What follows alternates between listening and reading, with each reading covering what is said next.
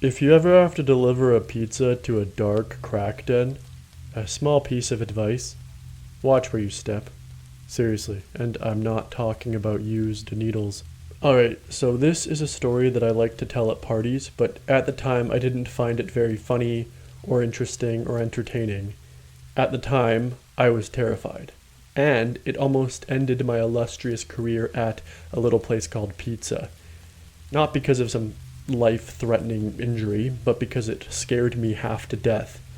Thankfully, I still work there, and I'm well into my 30s.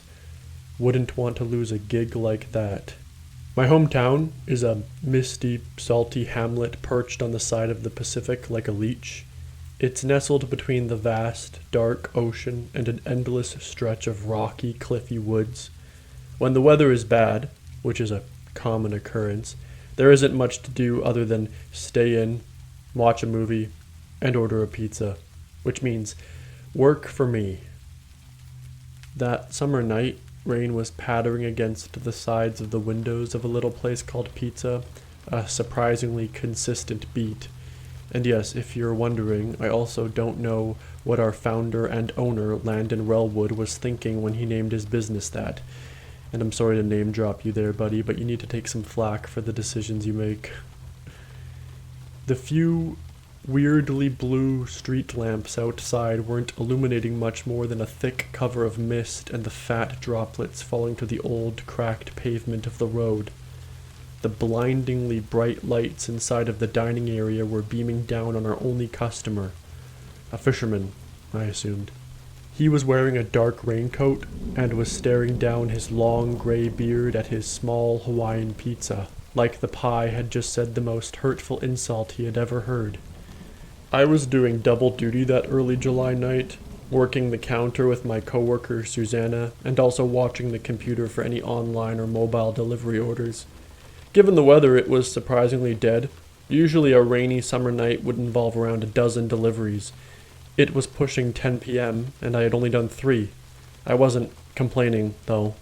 At the time, I had a huge crush on Susanna. I had since high school, and I was relishing the opportunity to talk with her. I've gotten over that since then, obviously.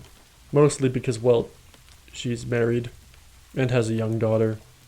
Not with me, in case you're wondering.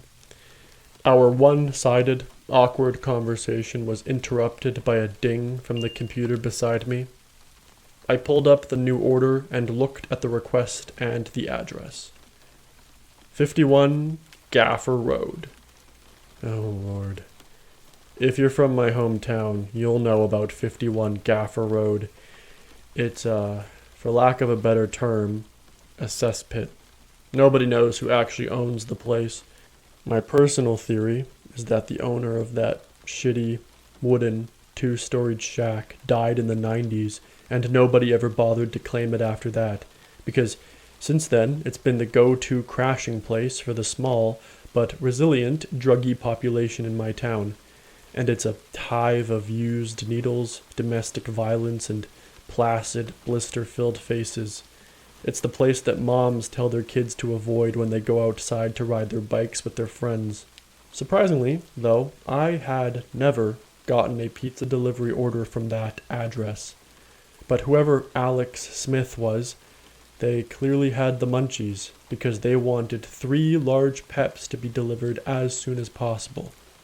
Alex Smith was a fake name, I'm pretty sure, but Susanna started preparing the pizza anyway. For the first few minutes of that process, I followed her around the kitchen, asking if we should cancel the order. She was oddly insistent that I go, despite the location of the delivery. She kept shaking her head and telling me, "Danny, an order is an order. I don't want to get in trouble because you're being a wimp." I couldn't argue with that logic.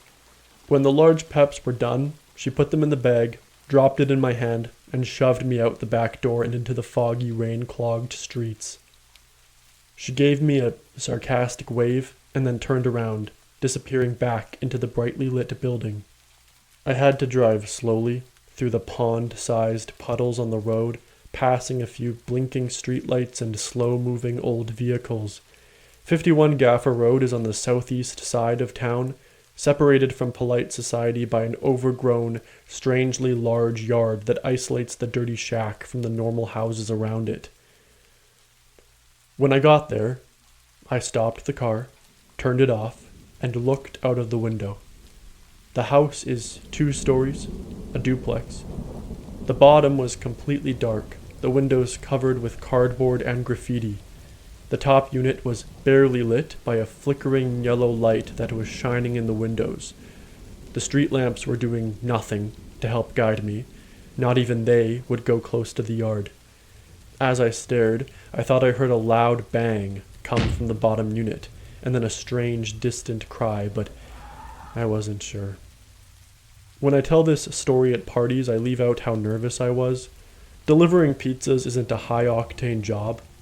It's not scary, not usually, but the idea of walking up to this unlit drug house wasn't necessarily appealing. Still, I had 3 pepperoni pizzas that needed to be delivered, and I did not want to go back to Susanna like a wet dog with my tail between my legs because I was too scared to walk up to a dark house. I pulled the hood of my raincoat up, grabbed the bag of pizzas, and stepped out into the dark, rainy night. I stopped at the threshold of 51 Gaffer Road and took a deep breath of wet, warm air before walking forwards.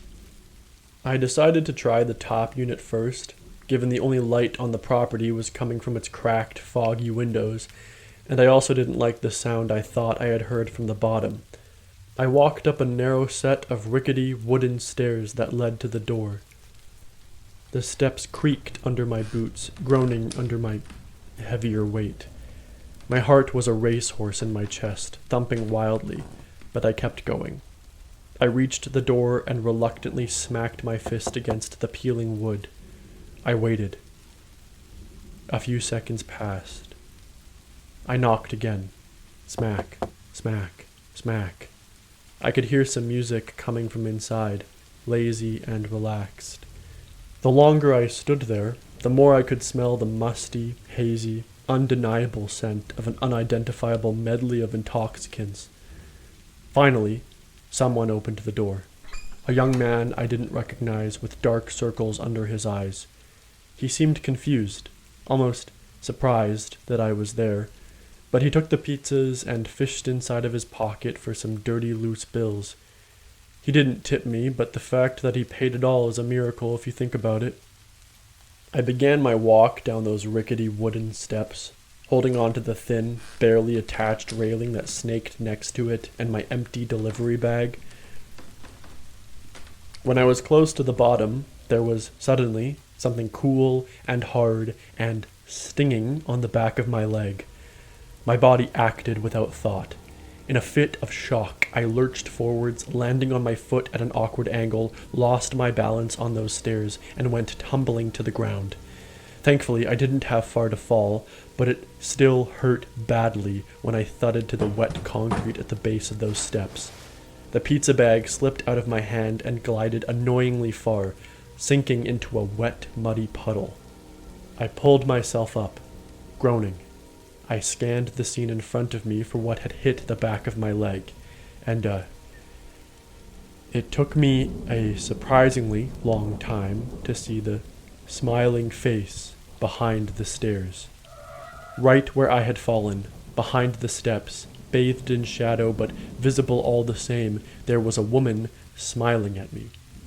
Her body was partially hidden by the wooden steps in front of her, but there was no missing that smile.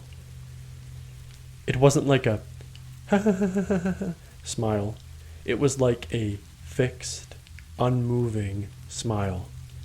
In fact, her whole face was frozen, locked in place. Wide eyes, whites completely surrounding dark irises, straggly, greasy black hair, rotten teeth revealed by that too large smile. The only reason I was able to conclude it wasn't a giant life-sized sculpture was that her long nailed hand was pushing out onto one of the steps, and she slowly withdrew it back into the shadow with her. I didn't say anything to her. I didn't yell at her. I was too freaked out to do anything other than pull myself up from the wet ground and run back to my car with my newly lurching gait. When I was halfway there, I realized that I had forgotten the pizza bag. I turned around, contemplating going back for it, but immediately decided not to. The woman was walking towards me, still smiling, rain falling down on her long, greasy hair. When I saw that, not only did I not go back for the delivery bag, I ran faster. I got into the front seat of my car and I peered back at the house. The woman was still walking towards me, water droplets soaking her long, white shirt and black pants. That smile was still on her face, almost like it had been painted on by some mad artist. She was way too close. I started my car and peeled away as fast as I could. As I drove back to a little place called Pizza, I kept looking in my rearview mirror, half expecting to see that woman sprinting behind me, chasing my car like a rabid dog. But thankfully, I never saw her again. I got back to the restaurant and told Susanna about what I had experienced. She just croaked out, "That's nice, Danny," not even looking up from her phone. I leave that part out of the story too.